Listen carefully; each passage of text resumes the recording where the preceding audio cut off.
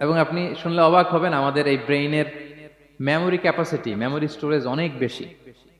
বিজ্ঞানীরা গবেষণা করে ওনারা জানিয়েছেন যে আমাদের হিউম্যান ব্রেইনের মেমোরি হচ্ছে 2.5 পেটাবাইটস। আপনারা মেগাবাইটের নাম শুনেছেন, গিগাবাইটের নাম শুনেছেন, পেটাবাইট হয়তো অনেকে শুনেন নাই। পেটাবাইট আরো অনেক বেশি, অনেক বড়।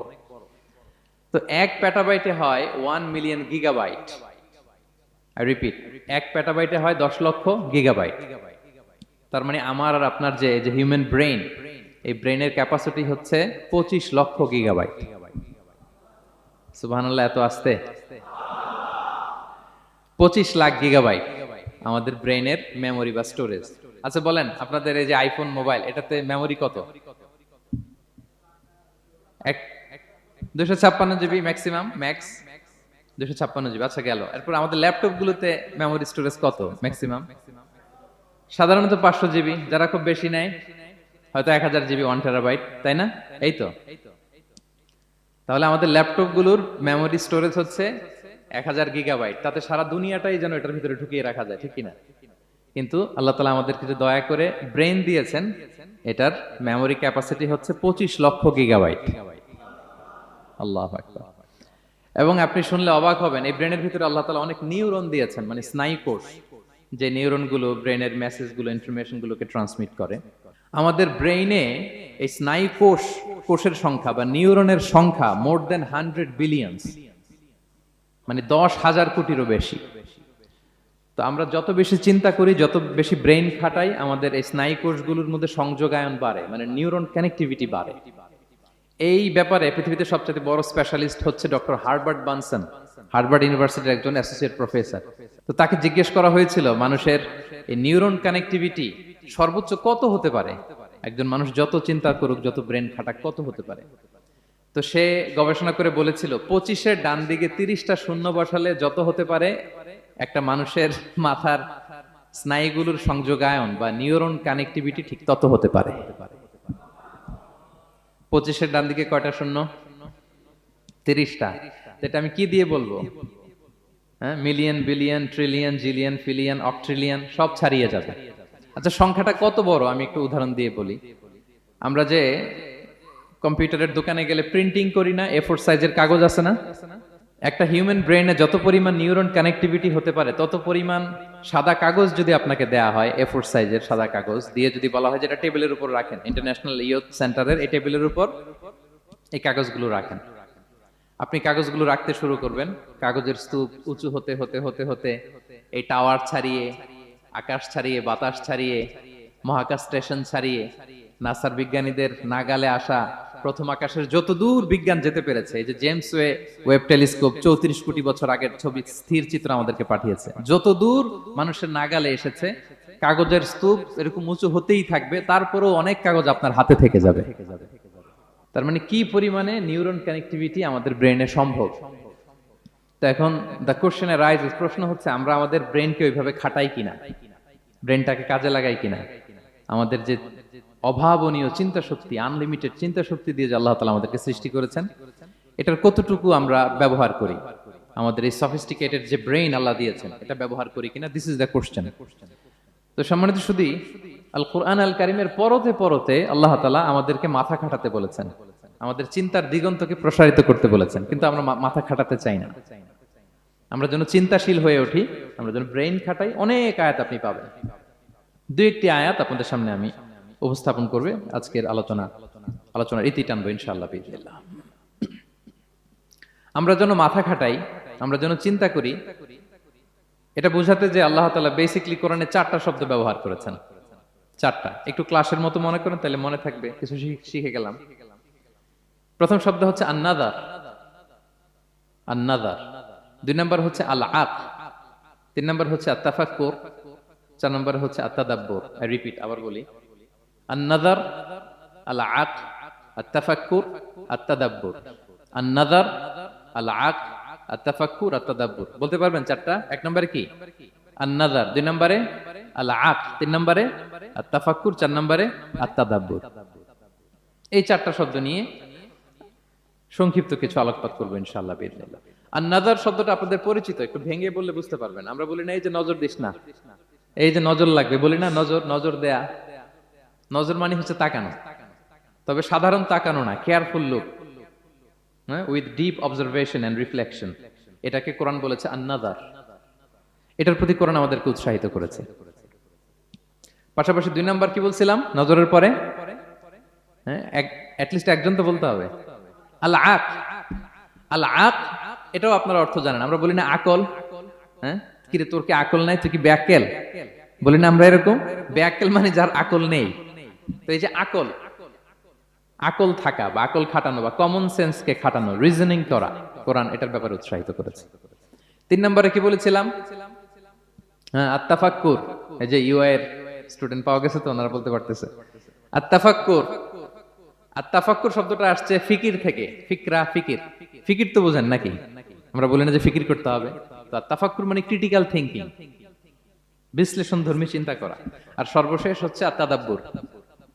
আর তাদাব্বুরটা কোরআনের সাথে জড়িত, কোরআনের পেছনের গল্পগুলো খুঁজে বের করা। আর তাদাব্বুর শব্দটা এসেছে আরবি শব্দ দুবুর থেকে। দুবুর, দুবুর মানে কি? পেছন। তো কোরআনের কোন একটা আয়াতের পেছনের গল্পটা কি, পেছনের রহস্যটা কি, এর নেপথ্যে কি, এর গুরু রহস্য কি, এটাকে বের করা। এই 4টা ব্যাপারে কোরআন অনেক এমফাসাইজ করেছে।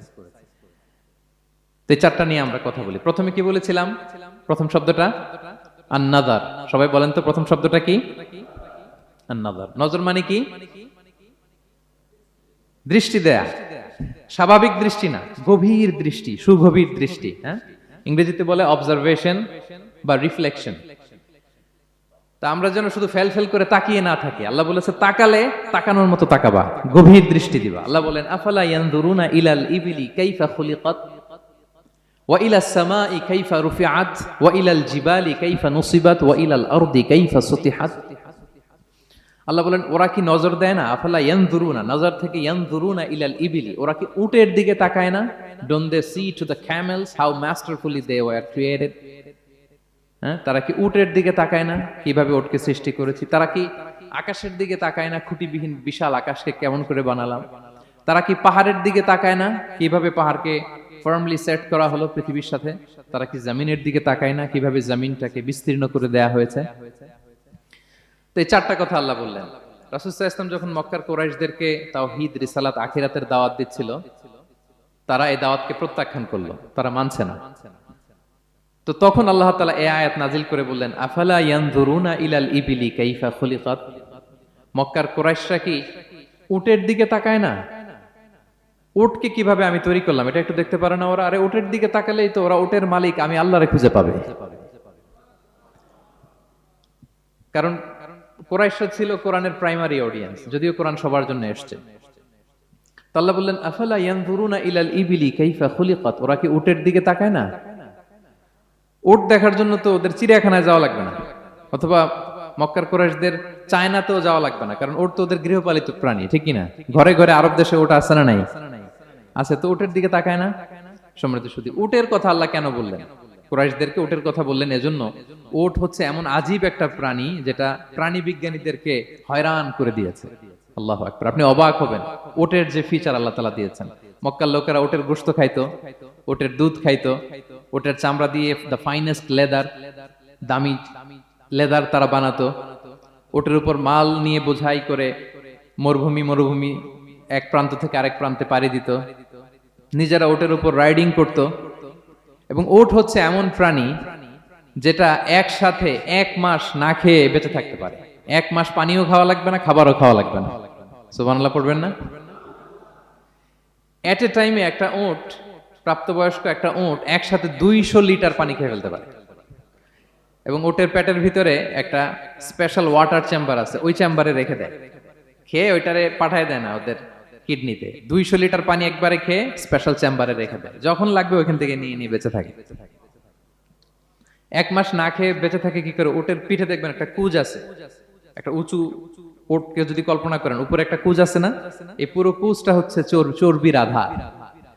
তো ওটের যখন খাবার থাকে না মরুভূমিতে, মাসের পর মাস যখন চলে, ওই চর্বি থেকে এনার্জি নিয়ে সে মরুভূমিতে চলে, সে না খেয়েও বাঁচতে পারে। আমাদের চোখের মধ্যে যেমনি একটা পাপড়ি, এরকম এক পাপড়ি দিয়ে উটকে আল্লাহ বানায় নাই, ডবল লেয়ারের পাপড়ি দিয়েছে। কারণ মরুভূমির মধ্যে চলতে পথে লু হাওয়া থাকবে, মরুভূমির সাইমুম, বালুর ঝড়, এই ঝড় মোকাবেলার জন্য, লু হাওয়া মোকাবেলার জন্য ডবল লেয়ারের চোখের পর্দা। একটা পর্দা ফেলে রাখে আর একটা খুলে সে হাঁটতে থাকে, তার কিছুই হয় না। সুবহানাল্লাহ। আমাদের 98 ডিগ্রি ফারেনহাইটে স্বাভাবিক তাপমাত্রা, তাই না? 99 ডিগ্রি হলে আমাদের জ্বর, 100 ডিগ্রি হলে জ্বর, 101, 2 সর্বোচ্চ আমরা সহ্য করতে পারি। এর বেশি যদি হয়, 103 ডিগ্রি হলে বেহুশ হয়ে যায় মানুষ। 4 ডিগ্রি হলে আমাদের দেহের ভেতরে যে কোষগুলো আছে এগুলো মরে যায়। কিন্তু একটা উট মরুভূমির তাপমাত্রায় প্রতিদিন 104 ডিগ্রি 5 ডিগ্রি তাপমাত্রা সহ্য করে খুব স্বাভাবিক উট চলতে পারে, তার কিছুই হয় না। এবং মরুভূমির মধ্যে যে ক্যাকটাস আছে, গুলমলতা, বড় বড় কাঁটা জাতীয় গাছ, যেই কাঁটা পৃথিবীর কোনো প্রাণী খেতে পারবে না, কিন্তু একটা উট অনায়াসে খেয়ে ফেলতে পারে। উটের জিহ্বাকে এবং পাকস্থলীকে আল্লাহ এমন স্পেশালি মেড করেছেন, যত কাঁটা দিবেন খেয়ে সাবার ওর কিছুই হয় না। সুবহানাল্লাহি বিহামদিহি। আল্লাহ বলে আফালা ইয়ানজুরুনা ইলাল ইবিলি কাইফা খুলিকাত, ওরা কি উটের দিকে তাকায় না?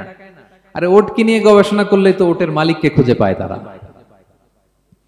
এরপর বললেন ওয়া ইলাস সামাই কাইফা রুফিআত, ওরা কি আকাশের দিকে তাকায় না? কিভাবে খুঁটি ছাড়া আকাশকে আমি বানিয়েছি। আপনারা যখন বিমানে চড়েন তখন কি শুধু ভিডিও করতে থাকেন নাকি?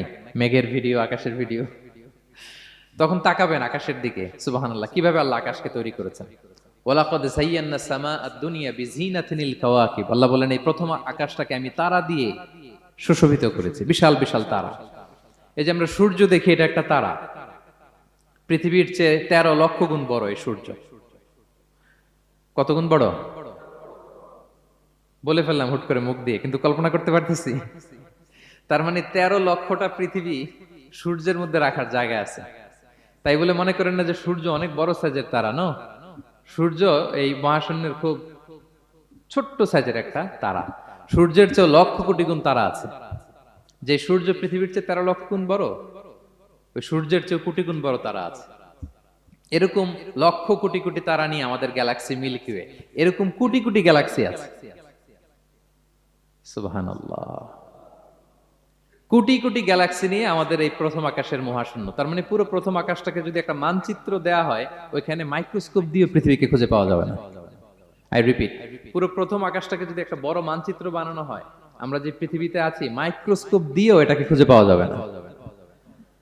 এই বিশাল প্রথম আকাশের মহাশূন্য যখন শেষ, এরপরে হচ্ছে প্রথম আকাশের লেয়ার, তারপরে হচ্ছে দ্বিতীয় আকাশের মহাশূন্য, তারপরে দ্বিতীয় আকাশের লেয়ার। বিষ্ণু ইসলাম বলেন দ্বিতীয় আকাশের তুলনায় প্রথম আকাশটা কত ছোট শোনো।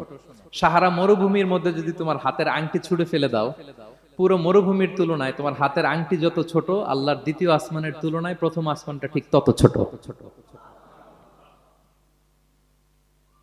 আবার তৃতীয় আসমানের তুলনায় দ্বিতীয় আসমানটা ঠিক ওই রকম। আবার চতুর্থ আসমানের তুলনায় তৃতীয় আসমানটা ওই রকম। এইভাবে 7 আসমান। এরপরে আল্লাহর কুরসি, মাউদাউল কাদামাইন, যেখানে আল্লাহ তার কুদরতি পা রাখেন। তো 7 আসমানটা যত বড়, পুরো সাহারা মরুভূমির মধ্যে আংটি ফেলে দিলে মরুভূমির তুলনায় আংটি যত ছোট, আল্লাহর কুরসির তুলনায় পুরো 7 আসমানটা ঠিক তত ছোট। কল্পনা করা যায়? এজন্য আল্লাহ বলেছেন আফালা ইয়ানজুরুনা ইলাল ইবিলি কাইফা খুলিকাত, একটু উট নিয়ে চিন্তা করতে পারো না? আকাশটা নিয়ে একটু ভাবতে পারো না? ওয়া ইলাল জিবালি কাইফা নুসিবাত, একটু পাহাড়ের দিকে তাকিয়ে একটু অবজারভেশন করা যায় না, রিফ্লেকশন। ও মক্কার লোকেরা, পাহাড় দেখার জন্য তো তোমাদের অন্য দেশে যাওয়া লাগবে না, তোমরা তো সারাউন্ডেড বাই মাউন্টেন্স, চারদিকে শুধু পাহাড়, পাহাড় আর পাহাড়। এই পৃথিবীর ভেতরে 7টা টেকটনিক প্লেট আছে। এই 7 tectonic plates creates the mountain range on earth. পৃথিবীর মধ্যে মাউন্টেন এভাবেই হয়েছে। বিগ ব্যাং এর মহাবিস্ফোরণের পরে এই প্লেটগুলো যখন কোলাপস করলো, মাঝখানের জায়গা উঁচু হয়ে গেল, দ্যাট ইজ মাউন্টেন। এটাই মাউন্টেন। আমেরিকার আলাস্কা একটা জায়গা আছে, পৃথিবীর সবচেয়ে বড় মাউন্টেন রেঞ্জ। এটা লম্বায় প্রায় 2000 কিলোমিটার লম্বা একটা পাহাড়। ইউরোপের সবচেয়ে বড় পাহাড় হচ্ছে আল্পস পর্বতমালা, ওটা লম্বায় 1200 কিলোমিটার। কল্পনা করতে পারেন, একটা পাহাড় 1200 কিলোমিটার লম্বা। আর সবচেয়ে উঁচু যে পর্বত শৃঙ্গ মাউন্ট এভারেস্ট 29,035 ফিট। আর মিটার দিয়ে চিন্তা করলে 8,850 মিটার। আল্লাহ পাহাড়কে কোরআনে বলেছেন পেরেকের সাথে তুলনা দিয়েছেন। আল্লাহ তাআলা বলেছেন ওয়াজআলনাল জিবালা আওতাদা, আমি এই পাহাড়গুলোকে আল্পস পর্বতমালা, আলাস্কা পর্বতমালা, মাউন্ট এভারেস্ট এগুলোকে পেরেকের মতো বানিয়েছি। কিসের মতো? আচ্ছা, যদি আমার কথা বুঝে থাকেন তাহলে উত্তর দেন। আমরা পেরেক যখন কাঠের মধ্যে ঠুকি, তখন পুরো পেরেকটা কাঠের ভিতরে ঢুকে যায় না, উপরে দেখা যায় কতটুকু। হাতুড়ি দিয়ে একটা পেরেক যখন আমি একটা কাঠের ভিতরে ঢুকাই দিলাম, ঠুকে দিলাম, এরপরে কি পুরা পেরেকটা দেখা যায়? আর কতটুকু দেখা যায়? সামান্য মাথাটা। তো পুরা পেরেক গেল কই? ভিতরে। তা আল্লাহ পাহাড়গুলোকে পেরেকের সাথে তুলনা করেছেন। তার মানে পাহাড় যতটুকু আপনি দেখেন এটা পাহাড়ের মাথা, এর পুরো অংশটা মাটির ভিতরে। 29,035 ফিট মাউন্ট এভারেস্ট যেটা, এটার কমপক্ষে 10 গুণ এটা মাটির ভিতরে আছে। আলাস্কা পর্বতমালা বাইরে যদ্দূর, 10 গুণ ভিতরে। আলস পর্বতমালা বাইরে যদ্দূর, 10 গুণ ভিতরে। তুর পাহাড় বাইরে যদ্দূর, 10 গুণ তার ভিতরে। আল্লাহু আকবার। এজন্য আল্লাহ বলেন ওয়াইলাল জিবালি কাইফা নুসিবাত, ওরা কি পাহাড়ের দিকে তাকায় না কিভাবে এই পাহাড়গুলোকে আমি তৈরি করেছি। আল্লাহ যখন এই পৃথিবী সৃষ্টি করলেন, পৃথিবীর মধ্যে ভাইব্রেশন হচ্ছিল, কাঁপাকাঁপি, কাঁপছিল পৃথিবী। আল্লাহ পৃথিবীর কাঁপাকাঁপি বন্ধ করার জন্য এই পেরেকের মতো পাহাড়গুলোকে পৃথিবীতে ঠুকে দিলেন, কাঁপাকাঁপি বন্ধ হয়ে গেল। এই দৃশ্য দেখে ফেরেশতারা বলে ইয়া রাব হাল মিন খালকিকা আশাদ্দু আলাল জিবাল, আল্লাহ পাহাড়ের এত শক্তি, পৃথিবী কাঁপতেছিল, পাহাড় আপনি ঠুকে দিলেন, পৃথিবীর কাঁপাকাঁপি বন্ধ হয়ে গেল। আপনার সৃষ্টির মধ্যে পাহাড়ের চেয়ে শক্তিশালী কিছু আছে? আল্লাহ বললেন আছে। সেটা কি? আল হাদিদ। আল্লাহ বললেন সেটা লোহা, কারণ লোহা দিয়ে পাহাড় কাটা যায়, ঠিক কিনা? লোহার কথা শুনে ফেরেশতারা অবাক, লোহা পাহাড়ের চেয়ে শক্তিশালী? ফেরেশতারা প্রশ্ন করলো ইয়া রাব্বি হাল মিন খালকিকা আশাদ্দু মিনাল হাদিদ, তাহলে আপনার সৃষ্টির মধ্যে লোহার চেয়ে শক্তিশালী কিছু আছে? আল্লাহ বললেন আছে। কি সেটা? আন্নার, আগুন। কারণ আগুন লোহাকে কি করে? গলিয়ে ফেলে। ফেরেশতারা শুধু অবাকই হচ্ছে। ফেরেশতারা বলে আগুনের চেয়ে শক্তিশালী কিছু আছে? আল্লাহ বলে আছে আল মা, পানি। কারণ আগুনে দাউ দাউ করে জ্বলে ওঠা আগুনের মধ্যে পানি দিলে আগুন অস্তিত্ব হারায়। ফেরেশতারা শুধু অবাকই হচ্ছে। তারা বলে তাহলে পানির চেয়ে শক্তিশালী কিছু আছে? আল্লাহ বলেন আছে। আর রিহ, বাতাস। কারণ বাতাস পানিকে একদিক থেকে আরেক দিকে নিয়ে যায়। জলের মধ্যে বায়ুর উচ্ছ্বাস লাগলে জলোচ্ছ্বাস তৈরি হয়, ঠিক কি না? ফেরেশতারা আবার অবাক হয়ে বলে তাহলে বাতাসের চেয়ে শক্তিশালী কিছু আছে? আল্লাহ বললেন আছে। সেটা কি? বলতেছে বনি আদম। ওই মানুষ শক্তিশালী যে গোপনে দান করে, এত গোপনে যে ডান হাত কি দান করলো, বাঁ হাত সেটা টের পায় না। পড়েন সুবহানাল্লাহ। এই লম্বা হাদিস বলার বা বোঝানোর মূল উদ্দেশ্য হচ্ছে আল্লাহ পাহাড়কে সৃষ্টি করেছেন ওয়া ইলাল জিবালি কাইফা নুসিবাত, পাহাড়কে আল্লাহ তাআলা জমিনের মধ্যে এভাবে সেট করেছেন। আল্লাহ বলে ওরা কি একটু পাহাড়ের দিকে তাকায় না, আকাশের দিকে তাকায় না? ওরা কি একটা উটের দিকে তাকায় না? ওয়া ইলাল আরদি কাইফা সুতিহাত, ওরা কি জমিনের দিকে তাকায় না, জমিনকে কিভাবে আমি বিস্তৃত করেছি। আমরা তো কত চমৎকার মাটি দেখি, তাই না? বীজ রোপণ করে দিলে কি উর্বর জমি, হ্যাঁ, ঘাস লতাপাতা ফলমূল হয়। আসলে পুরো পৃথিবীটাই কি এরকম নরম? না, অনেক স্তর আছে।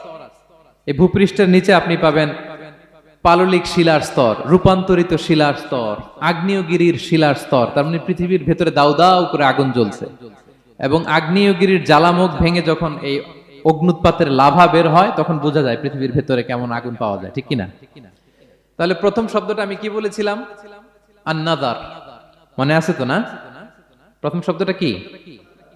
আল্লাহ বলে তারা কি নজর করে দেখে না কিভাবে আকাশ বানালাম, উট সৃষ্টি করলাম, কিভাবে জমিন বানালাম, কিভাবে পাহাড় বানালাম। তাহলে এই যে নজর বা অবজারভেশন, রিফ্লেকশন, এটার প্রতি আল্লাহ তাআলা আমাদেরকে উৎসাহিত করেছে। প্রথম পয়েন্ট ক্লিয়ার। মোট পয়েন্ট আলোচনা করব 4টা। বলেন তো কয়টা? একটা ক্লিয়ার। 2 নাম্বার কি ছিল দেখি কার মনে আছে কিনা? আল আকল, রাইট, কমন সেন্স, রিজনিং। আমরা যেন আমাদের কমন সেন্স খাটাই, কোরআনের পরতে পরতে আল্লাহ তাআলা আমাদেরকে উৎসাহিত করেছেন। এবং ইন্টারেস্টিংলি জাহান্নামীরা যখন জাহান্নামে যাবে তারা কি বলবে জানেন? সূরা মুলকে এসেছে, তারা বলবে ওয়াকালু লাউ কুননা নাসমাউ আও নাআকিলু মা কুননা ফি আসহাবিস সাঈর। তারা বলবে হায় রে, নবীদের কথা যদি মানতাম আর যদি একটু কমন সেন্স খাটাইতাম তাহলে তো জাহান্নামে আসা লাগতো না। ওই দিনের এই আফসোসে কোনো কাজ হবে? প্রিয় ভাইরা, ওই দিন যত আফসোস করেন কোনো কাজ হবে? তাহলে জাহান্নামীরাও আফসোস করবে হায় রে, একটু যদি আকল খাটাইতাম তাইলে আজকে আর জাহান্নামের আগুনে পোড়া লাগে না। নবীদের কথা যদি শুনতাম আর যদি আকল খাটাতাম, কি খাটাতাম, তাইলে আজকের এই কঠিন অবস্থা আমাদের পড়া লাগতো না। কোরআনের বিভিন্ন আয়াত আল্লাহ তাআলা আমাদেরকে বলেছেন আফালা তাআকিলুন, তোমরা কি আকল খাটাবা না? এই যে দামি কমন সেন্স দিলাম, একটু বুদ্ধি কি খাটাবা না, আকল খাটাবা না তোমরা? এবং কোরআনের একটি আয়াতে আল্লাহ তাআলা বিভিন্ন কসমিক সিম্বলস, ন্যাচারাল ফেনোমেনা, এগুলো উল্লেখ করে সবশেষে তিনি বলেছেন লা আয়াতিন লিকৌমি ইয়াকিলুন, নিশ্চয়ই এগুলোর মধ্যে নিদর্শন রয়েছে, সাইন রয়েছে, কাদের জন্য? লিকৌমি ইয়াকিলুন, যারা আকলবান, যারা কমন সেন্স খাটায়। এই আয়াতে আল্লাহ কি কি বলেছেন? দীর্ঘ আলোচনা, আমি খুব সংক্ষেপে বলছি। আল্লাহ তাআলা বলছেন ইন্না ফি খালকিস সামাওয়াতি ওয়াল আরদি ওয়া ইখতিলাফিল লাইলি ওয়ান নাহারি ওয়াল ফুলকিল্লাতি তাজরি ফিল বাহরি বিমা ইয়ানফাউন নাস ওয়া মা আনজালাল্লাহু মিনাস সামাই মিন মাইন ফাহিয়া বিহিল আরদা বা'দা মাউতিহা ওয়া বাসসা ফিহা মিন কুল্লি দাব্বা ওয়া তাসরিফির রিয়াহি ওয়াস সাহাবিল মুসাখখারি বাইনাস সামাই ওয়াল আরদি লাআয়াতিন লিকওমি ইয়াকিলুন। সবগুলো বলে আল্লাহ বললেন এগুলোর মধ্যে নিদর্শন আছে তাদের জন্য যারা কমন সেন্স খাটায়। কি বললেন আল্লাহ? আল্লাহ বললেন আকাশ জমিনের সৃষ্টির মধ্যে, দিবারাত্রির পরিবর্তনের মধ্যে, এই যে 24 ঘন্টার 12 ঘন্টা দিন, 12 ঘন্টা রাত, আহ্নিক গতির কারণে এই যে দিবারাত্রি আমরা পাই, এই পৃথিবীটা তার অরবিটে কক্ষে যেমনি ঘুরে, আবার পৃথিবীটা তার অক্ষেও ঘুরে। যে আপনারা যারা ক্রিকেট খেলছেন এরকম স্পিন বল করেন না? হ্যাঁ, কমন পড়ছে? স্পিন বল করলে বলটা কিভাবে যায় বলেন তো? ঘুরতে ঘুরতে যায়। তো পৃথিবী যখন সূর্যের চারদিকে কক্ষে ঘুরে, ওই ঘোরার মুহূর্তে সে নিজে স্পিনিং হইতে থাকে, ঘুরতে থাকে। ওই স্পিন হইতে তার এক পিঠ থেকে আরেক পিঠে ঘুরতে তার 24 ঘন্টা সময় লেগে যায়। ওইটার কারণে দিবারাত্রি হয়। 12 ঘন্টায় আমরা দিন পাই, 12 ঘন্টায় আমরা রাত পাই। আল্লাহ বলেন এই দিবারাত্রির পরিবর্তনের মধ্যে নিদর্শন আছে। তারপরে সাগরে যে ভেসে বেড়ায় বড় বড় নৌযান, জলযান, আপনারা দেখেছেন কিনা জানি না, এই যে icon of the ocean, Titanic জাহাজের চেয়ে 10 গুণ বড় জাহাজ, আমি দেখে এসেছি পশ্চিমা দেশগুলোতে। এত বিশাল বড় জাহাজ, এটা সামনে দাঁড়ালে এটার দৈত্যের মতো মনে হয়। মালয়েশিয়াতে তো অনেক কন্ডোমোনিয়ামস, 10-15টা কন্ডোমোনিয়ামস একসাথে জোড়া লাগালে এটা যত বড়, ওই ক্রুজগুলো, জাহাজগুলো এত বড়। এক একটা জাহাজের ভেতরে 3000-4000 হোটেল রুম আছে, 8-10টা রেস্টুরেন্ট আছে, ফুটবল স্টেডিয়াম আছে, থিম পার্ক আছে, বিশাল একটা এন্টায়ার সিটি। এই বিশাল ক্রুজগুলো, Icon of the Sea, Virgin Voyages, Royal Caribbean, এগুলো সাগরের উপর দিয়ে ভেসে বেড়ায়। আল্লাহ বলে বল ফুলকিল্লাতি তাজরি ফিল বাহরি বিমা ইয়ানফাউন নাস, সাগরের উপরে বিশাল বড় বড় ক্রুজগুলো ভেসে বেড়ায়, এর মধ্যে নিদর্শন আছে। এরপর আল্লাহ বললেন আমি পানি থেকে সব প্রাণী তৈরি করেছি, ওয়াজআলনা মিনাল মাই কুল্লা শাইইন হাই, সব প্রাণ এসেছে পানি থেকে। বিজ্ঞান এটাকে কনফার্ম করেছে। তারা বলেছে পৃথিবীর সর্বপ্রথম এককোষী প্রাণীর নাম হচ্ছে অ্যামিবা। অ্যামিবা এসছে, জুপ্লাঙ্কটন, ফাইটোপ্লাঙ্কটন, ব্যাকটেরিয়া প্লাঙ্কটন, এভাবে স্পিসিসগুলো ডেভেলপ করেছে। আল্লাহ বলে এর মধ্যে নিদর্শন আছে। এরপর আল্লাহ তাআলা বলেছেন মৌসুমী বায়ু, এই যে বায়ুর প্রবাহ, এতে নিদর্শন আছে। আর আকাশ জমিনের মাঝখানে যে মেঘমালাগুলো ভেসে বেড়ায়, এই সবগুলোর ভেতরে নিদর্শন আছে। কাদের জন্য? আল্লাহ বলেন লা আয়াতিন লিকওমি ইয়াকিলুন, তাদের জন্য যারা আকল খাটায়, যারা কমন সেন্স খাটায়। সুবহানাল্লাহ পড়বেন না? এজন্য বিমানে যদি আপনারা উইন্ডো সিট পান, কি করবেন আজকে থেকে বলেন? উইন্ডো সিটের পাশে বসে বসে রিল দেওয়ার জন্য ভিডিও মেক করব। কি করবেন? হ্যাঁ, আল্লাহর নিদর্শন দেখব, কত ক্ষুদ্র আমি, কত নগণ্য আমি, কত তুচ্ছ আমি, এটা বুঝবার চেষ্টা করব।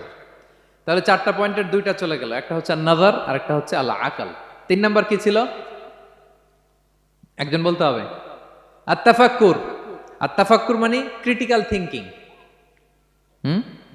ক্রিটিক্যাল থিংকিং করা। আল্লাহ যে আমাদেরকে ব্রেন দিয়েছেন, এটা দিয়ে ক্রিটিক্যাল থিংকিং করা, ব্রেনটাকে কাজে লাগানো, গড্ডালিকা প্রবাহে ভেসে না বেড়ানো, ব্রেনটাকে আমরা যেন কাজে লাগাই। আত-তাফাক্কুর। ইব্রাহিম আলাইহিস সালাম এই আত-তাফাক্কুর বা ক্রিটিক্যাল থিংকিং এর ক্ষেত্রে আমাদের জন্য অনুপম আদর্শ ছিল। কোন নবীর নাম বললাম? সবাই বলেন তো নবীর নাম কি? উনি যেই সময়টাতে পৃথিবীতে এসেছিলেন তখন কেউ করত তারার পূজা, কেউ করত চাঁদের পূজা, কেউ করত সূর্যের পূজা। আমরা হইলে কি করতাম? কোনো এক দলে ঢুকে যেতাম। কি বলেন? এক দল করে তারার পূজা, আরেক দল সূর্যের, আরেক দল চাঁদের। আমরা হইলে কি করতাম? এক দলে ঢুকে যেতাম। উনি ঢুকেন নাই। উনি এই তারকা পূজারী, সূর্য পূজারীদের চিন্তার দেয়ালে আঘাত করেছেন। সুবহানাল্লাহ। ফালাম্মা জান্না আলাইহিল লাইলু রাআ কাওকাবা। উনি কিভাবে সত্যের সন্ধান পেলেন দেখেন। উনি রাত্রিবেলা যখন দেখেন যে লোকজন তারার পূজা করে, উনি ভাবলেন হাযা রব্বি, তারাই কি আমার রব? পরে দেখে না, দিনের বেলায় তারারে আর খুঁজে পাওয়া যায় না। এখন মনে মনে ভাবে হায় রে, আমার রব যদি আবার মাঝে মধ্যে না থাকে তো আমি যাব কই? এক সময় উনি আসে, আরেক সময় নাই, এরকম খোদা দিয়ে আমাদের কোনো লাভ আছে? যিনি সবসময় আমার টেক কেয়ার করবে, আমরা তো ওই খোদার ইবাদত করি, ঠিক কিনা? উনি বললেন না না, এই তারা আমার রব হতে পারে না। এরপর দেখা যায় আরেকদিন রাত্রিবেলা সবাই চাঁদের পূজা করে, কি দ্যুতিময় চাঁদ, জ্যোৎস্না ছড়ায়। তো উনি ভাবলেন আহাদা রাব্বি, এটাই কি আমার রব? পরে দিনের বেলা যখন দেখি না, চাঁদ তো আর দেখা যায় না, চাঁদ তো আর নাই, ভ্যানিশ, ডিসঅ্যাপিয়ার। পরে বলে না, চাঁদ আমার রব হতে পারে না। এবার দিনের বেলা দেখলেন দ্বিপ্রহরের জল জলে সূর্য খা খা রোদ বিলাচ্ছে গোটা বিশ্বে। দেখে যে সবাই এটার ফলোয়ার বেশি, সবাই সূর্যের পূজা করে। কিন্তু আবার গোধূলি লগ্নে সানসেটের টাইমে যখন সূর্যও ডুবে গেল, হায় হায়, উনি বিপদে পড়লেন, এবার আমি কই যাব, সূর্যও তো থাকে না। আল্লাহু আকবার। তখন তিনি ঘোষণা দিলেন, ইন্নী ওয়াজ্জাহতু ওয়াজহিয়া লিল্লাযী ফাতারাস সামাওয়াতি ওয়াল আরদা হানিফা ওয়া মা আনা মিনাল মুশরিকিন। হে তারকা পূজারী, হে চাঁদের পূজারী, হে সূর্য পূজারী, আমি তোমাদের কোনো দলের সাথে নাই, বরং আমি আমাকে ওই সত্তার দিকে মনোনিবেশ করলাম, আত্মসমর্পণ করলাম। ফাতারাস সামাওয়াতি ওয়াল আরদ, যিনি আকাশ সৃষ্টি করেছেন, জমিন সৃষ্টি করেছেন। হানিফা ওয়া মা আনা মিনাল মুশরিকিন, আমি শিরক করি না, আমি হানিফ হিসেবে সে আল্লাহর ইবাদত শুরু করে দিলাম। পড়েন আল্লাহু আকবার। তাইলে উনি স্রোতে গা ভাসান নাই, কোন এক দলে না ঢুকে উনি ওনার ক্রিটিক্যাল থিঙ্কিং, ওনার অ্যানালজি, ওনার বিবেককে উনি কাজে লাগিয়েছেন। তো সম্মানিত সুধী, এজন্য চিন্তা করা, এটাকে আরবিতে বলে আত-তাহান্নুস মিন বাকায়া আল ইব্রাহিমিয়া। এটা ইব্রাহিমী চিন্তার অবশিষ্টাংশ। সেদিন ইব্রাহিম আলাইহিস সালাম এভাবে চিন্তা করতেন, গবেষণা করতেন। সূরাতুন নাহলে আল্লাহ তাআলা মৌমাছি কিভাবে মধু সংগ্রহ করে এই ইনফরমেশনটা যখন আমাদের সামনে পেশ করলেন, এই আয়াতের শেষেও তিনি একই কথা বললেন, ইন্না ফি যালিকা লাআয়াতান লিকাউমিন ইয়াতাফাক্কারুন। নিশ্চয় এর মধ্যে যারা চিন্তাশীল তাদের জন্য নিদর্শন আছে। মৌমাছি যে মধু সংগ্রহ করে, আপনারা মৌচাক দেখছেন? কে কে দেখি মৌচাক দেখছেন? মাশাআল্লাহ, আচ্ছা ঠিক আছে। রাসূল সাল্লাল্লাহু আলাইহি ওয়াসাল্লাম মধু বড্ড পছন্দ করতেন। পিওর হানি, দুর্গন্ধওয়ালা হানি তিনি খেতেন না, পিওর হানি খাবেন, খুবই এনার্জেটিক। এবং কোরআনে মাত্র দুইটা জিনিসকে শেফা বলা হয়েছে, এক হচ্ছে কোরআনকে বলা হয়েছে শেফা, আর এই মধুকে বলা হয়েছে শেফা। সুবহানাল্লাহ।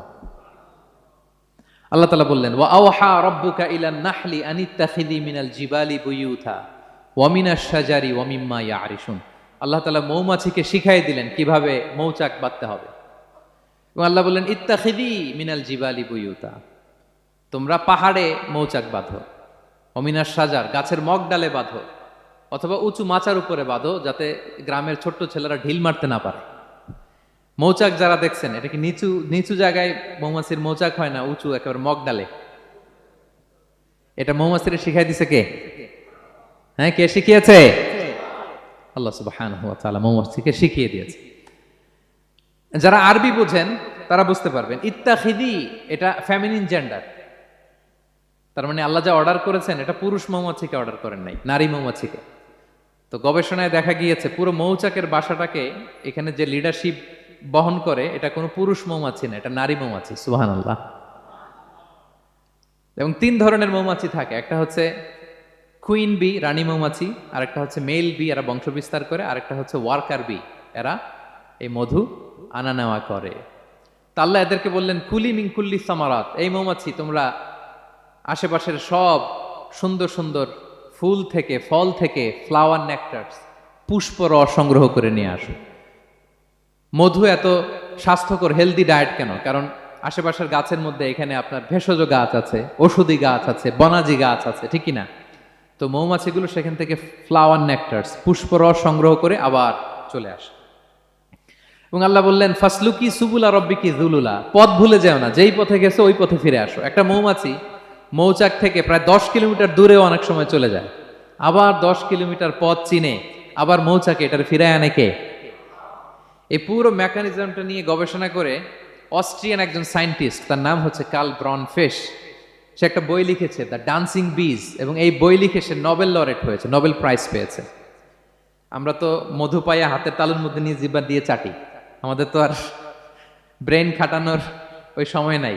ওই কার্ল ভন ফ্রেশ, সে এই মৌমাছি নিয়ে গবেষণা করে নোবেল প্রাইজ পেয়েছে, আর আমরা মাথা খাটাইতে পারলাম না। তো সে গবেষণা করে পেয়েছে, মানে কোরআনের আয়াত যা যা বলেছে সে তাই পেয়েছে। মৌমাছি ওখান থেকে ফুলের পুষ্পরস, ফ্লাওয়ার নেকটার্স এনেই কিন্তু মৌচাকে রাখে না, ওইটারে সে খেয়ে ফেলে। এবং সে গবেষণা করে পেয়েছে এক একটা মৌমাছির দুইটা স্টোমাক, দুইটা পাকস্থলী।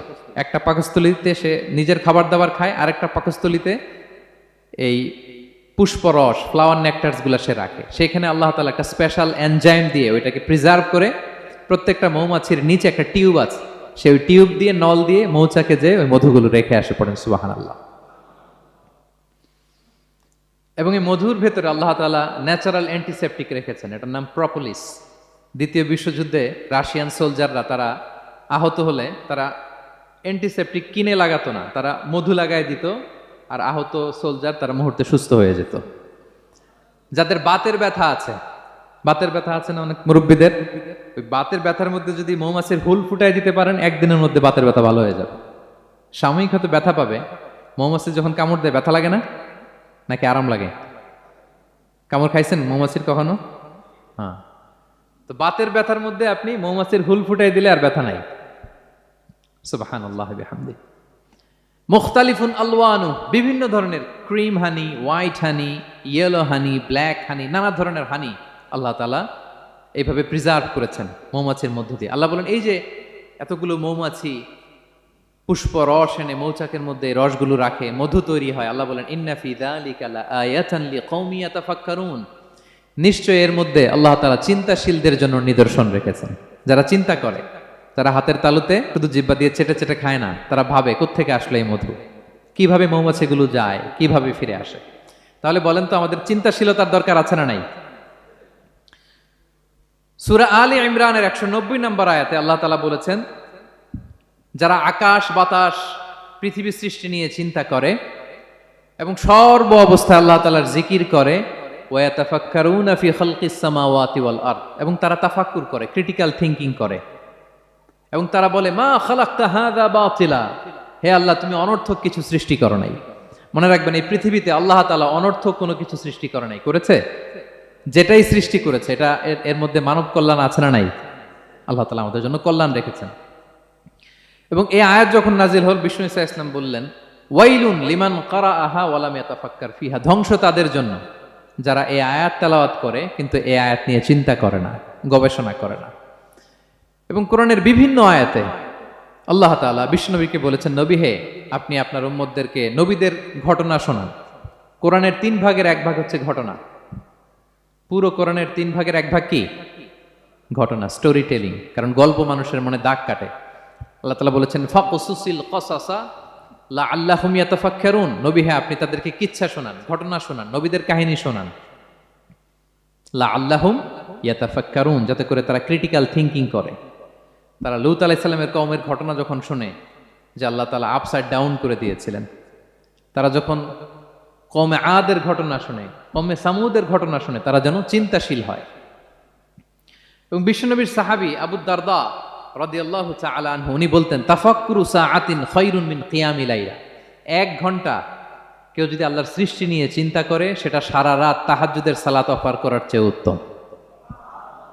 আমরা অনেকে মনে করি শুধু তাসবিহ পড়াই ইবাদত, জিকির করাই ইবাদত, শুধু কোরআন তেলাওয়াতই মনে হয় ইবাদত, শুধু কিয়ামুল লাইল করাই ইবাদত। কিন্তু বিশ্বনবীর সাহাবী যিনি ইসলাম আমাদের চেয়ে ঢের বেশি বুঝেছেন, তিনি বলেন আল্লাহর এই সৃষ্টি শৈলী, এই সৃষ্টি নৈপুণ্য নিয়ে 1 ঘন্টা চিন্তা করা, ক্রিটিক্যাল থিংকিং করা, সারা রাত নফল তাহাজ্জুদের চেয়েও সেরা। এবার বলেন আমাদের চিন্তা করার দরকার আছে না নাই? ব্রেনটা খাটাবেন তো? এই যে যারা কনভার্টেড মুসলিম হয় এরা কিন্তু অনেক চিন্তা ফিকির করে, নিজের সাথে নিজে বোঝাপড়া করে, ক্রিটিক্যাল থিংকিং করে, তাদের অ্যানালজি কাজে লাগিয়ে, আল্লাহর দেয়া ব্রেনকে কাজে লাগিয়ে এরপরে শাহাদা পাঠ করে, এমনি এমনি না। এই যে কিছুদিন আগে আমেরিকান এক পপ স্টার কালেমা পড়ছে না? আপনি জানেন একটা ধর্ম চেঞ্জ করা, একটা ফেইথ চেঞ্জ করা, এটা কত বড় সিদ্ধান্ত? হ্যাঁ, বাপদাদার ধর্ম বয়স 30-40, এতদিন যে ধর্ম মানলাম এটাকে চেঞ্জ করে নতুন ধর্মে কনভার্ট হয়, এটা কত বড় সিদ্ধান্ত? Could you imagine that? It's not a joke. নিজের সাথে নিজের অনেক বোঝাপড়া করতে হয়, তারাই ক্রিটিক্যাল থিংকিং করে। এবং বিষ্ণু ঈসা ইসলাম উনি নবী হওয়ার আগেও এই চিন্তার ইবাদত করতেন। তিনি হেরা গুহায় চলে যেতেন, কাবা থেকে 6 কিলোমিটার উত্তরে, 634 মিটার উঁচু, যা বলে নূরের উপরে একটা কেইভ আছে, গুহা, এটার নাম হচ্ছে গারে হেরা। ওখানে বসে বসে তিনি এই চিন্তা করতেন। তার মানে নবী হওয়ার আগে বিশ্বনবীর আবাদত ছিল চিন্তার আবাদত। নবী হিসেবে অ্যাসাইন্ড হওয়ার আগে বিশ্বনবীর আবাদত কি ছিল বলেন তো? নামাজ পড়া, কোরআন তেলাওয়াত করা। কোরআন তো নাজিলই হয় নাই, কোরআন তেলাওয়াত করবে কেমনে? তখন 6 মাস বসে বসে উনি ওখানে কি করেছেন বলেন? ধ্যানমগ্ন করেছেন, ধ্যানমগ্ন ছিলেন, তিনি চিন্তা করতেন। ওইটাই ছিল ওনার আধ্যাত্মিক শিক্ষায়তন। ওই নির্জন গুহার মধ্যে উনি যখন চিন্তায় মগ্ন ছিলেন, আল্লাহর সৃষ্টি শৈলী নিয়ে চিন্তা করতেন, ঠিক ওই মুহূর্তে, অন্তিম মুহূর্তে ওই মাহেন্দ্রক্ষণে নাজিল হয়েছে ইকরা বিসমি রাব্বিকাল্লাযী খালাক, read in the name of your lord who has created. পড়ো তোমার প্রভুর নামে যিনি তোমাকে সৃষ্টি করেছেন, শিক্ষা দিয়েছেন। তাহলে সম্মানিত সুধী, ইসলামের সূচনা হয়েছিল, এটা বলা যায় ফাইনালি যে ইসলামের সূচনা হয়েছিল এই চিন্তার ইবাদতের মধ্য দিয়ে। তো আমরা যেন চিন্তা করি। তাহলে 4টা পয়েন্টের 3টা আমরা ক্লিয়ার করে ফেললাম। আর তাফাক্কুর, ক্রিটিক্যাল থিঙ্কিং ও শেষ। 4 নম্বর কি বলেছিলাম? হ্যাঁ বলো তো। আর তাদাব্বুর।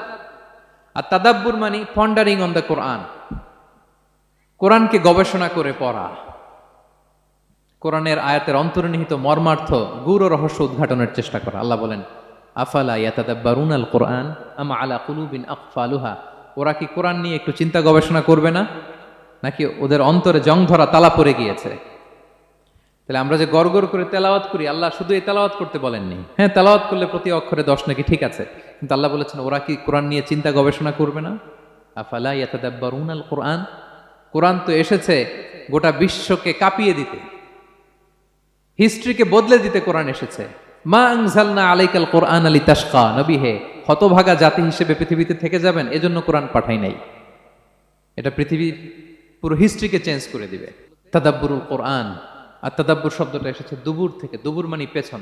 আল্লাহ বলেছেন প্রতিটা আয়াত পড়ার সময় এর পেছনের নেপথ্যের গল্পটা কি এটাকে খুঁজে বের করো। আপনি যত বড় মুফাসসির হন, কোরআনের আয়াত আপনি যত পড়বেন, প্রতিদিন নিত্য নতুন নতুন নতুন তথ্য আপনি পাবেন। আল্লাহর কসম, আমি আল আজহারে কোরআন নিয়ে পড়াশোনা করেছি, IIM এ কোরআন নিয়ে masters, human embryology in the holy Quran, PhD-র 5 বছর, human behavioural patterns in the holy Quran. এখনো তো তাফসির করে যাই, প্রতিদিন কোরআন স্টাডি করি। একটা আয়াত যত পড়ি, প্রত্যেক স্টাডিতে নতুন নতুন ইনফরমেশন আমার মাথায় চলে আসে। শুধু আমার মাথা না, পৃথিবীর যত বড় মুফাসসির হোক তিনি, যত পড়বে কোরআন, যত রিভাইজ করবে, যত রিসার্চ করবে, প্রত্যেক রিভিশনে সে নতুন নতুন তথ্য পাবে। এজন্য আল্লাহ বলেন আফালা ইয়াতাদাব্বারুনাল কোরআন, ওরা কি কোরআন নিয়ে একটু চিন্তা গবেষণা করবে না, নাকি ওদের অন্তরে তালা, জং ধরা তালা লেগেছে? তো সম্মানিত সুধী, আসুন এই কোরআন নাজিলের মাসে আমাদের জং ধরা তালাটাকে আনলক করার জন্য আমরা কোরআনকে with vast concentration, with deep analysis and critical thinking নিয়ে যেন পড়ি। প্রতিটা আয়াত পড়ার সময় এর পেছনের গল্পটা কি, কোন প্রেক্ষাপটে নাজিল হলো, বর্তমান সময়ের সাথে কিভাবে এটাকে অ্যাটাচ করা যায়, এটার অন্তর্নিহিত গূঢ় রহস্যটা কি, এই গূঢ় রহস্য উদ্ঘাটনের কথা, কোরআন নিয়ে গবেষণার কথা এবং চিন্তার কথা বারবার কোরআন আমাদেরকে বলেছে। আমাদের এই চিন্তাকে জাগানোর জন্য এই কোরআন বারবার আমাদের কাছে আহ্বান করেছে। এখন আমাদের কি একটু সময় হবে না কোরআনকে চিন্তার সাথে গবেষণার সাথে পড়ার? হ্যাঁ, চিন্তাশীলতার সাথে গবেষণা করে কোরআন স্টাডি করার দরকার আছে না নাই? বলেন বলেন। হ্যাঁ, পড়বেন তো আপনারা। যারাই চিন্তা করবে, চিন্তাশীল হবে, কমন সেন্সকে খাটাবে, তারাই পৃথিবীর হিস্ট্রি পাল্টে দিবে। এই যে বিমান দিয়ে যে আমরা চড়ি, 2 ভাই আবিষ্কার করছে, Wilbur Wright, Orville Wright, Wright ভ্রাতৃদ্বয়। বলেন তো এই অরভিল রাইটের চোখ ছিল কয়টা? 3টা না? হ্যাঁ, উইলবার রাইটসের হাত ছিল কয়টা? আমার হাত কয়টা? আপনার হাত কয়টা? তো ওরা পারলে আমরা পারবো না কেন? কারণ এই চিন্তার ইবাদত থেকে আমরা দূরে সরে গিয়েছে। আমাদের মধ্যে রিজনিং নাই, আমাদের মধ্যে লজিক্যাল আন্ডারস্ট্যান্ডিং নাই, আমাদের মধ্যে ক্রিটিক্যাল থিঙ্কিং নাই, আমাদের মধ্যে পন্ডারিং অন দ্য কোরআনিক ভার্সেস নাই। আল্লাহ তাআলা আমাদের যে বিবেক, চিন্তা শক্তি দিয়েছেন, এটাকে আমরা কাজে লাগাই না, এজন্য আমরা পিছিয়ে পড়েছি। সম্মানিত সুধী, কোরআন বারবার আমাদের এই চিন্তা শক্তিকে জাগানোর জন্য আহ্বান করেছে। কোরআনের আয়াতের পরতে পরতে কোরআন আমাদেরকে বলেছে আমরা যেন চিন্তাশীল হই। এই যে সফিস্টিকেটেড ব্রেইন আল্লাহ তাআলা দয়া করে আমাদেরকে দান করেছে, আমরা যেন এই ব্রেইনটাকে কাজে লাগাই, আমরা যেন আমাদের বিবেকটাকে কাজে লাগাই, আমরা যেন আমাদের কমন সেন্সকে কাজে লাগাই। তাহলে আমাদের সোনালী অতীত আবার আমরা ফিরে পাবো। তাহলে আজকের এই আলোচনা থেকে ফাইনাল কথা হচ্ছে যে আমাদেরকে চিন্তা করতে হবে, যে কোনো জিনিসকে কোশ্চেন করতে হবে, প্রশ্ন করতে হবে, কেন, কিভাবে, ও পারলে আমি কেন পারবো না। কোরআনের আয়াত পড়ার সময় বারবার চিন্তা করবেন, সব দায় দায়িত্ব আমাদের উপর ঠেলে দিয়েন না। কোরআন নিয়ে শুধু আমরাই গবেষণা করবো আর ওয়াজ শোনাবো, এটা not only my sole responsibility, আপনাদেরও দায়িত্ব আছে, প্রত্যেকের দায়িত্ব। যত কোরআন পড়বেন আপনার অন্তরের তালা খুলে দিবে কে? আল্লাহ তাআলা আমাদেরকে চিন্তাশীল হওয়ার তৌফিক দান করুক।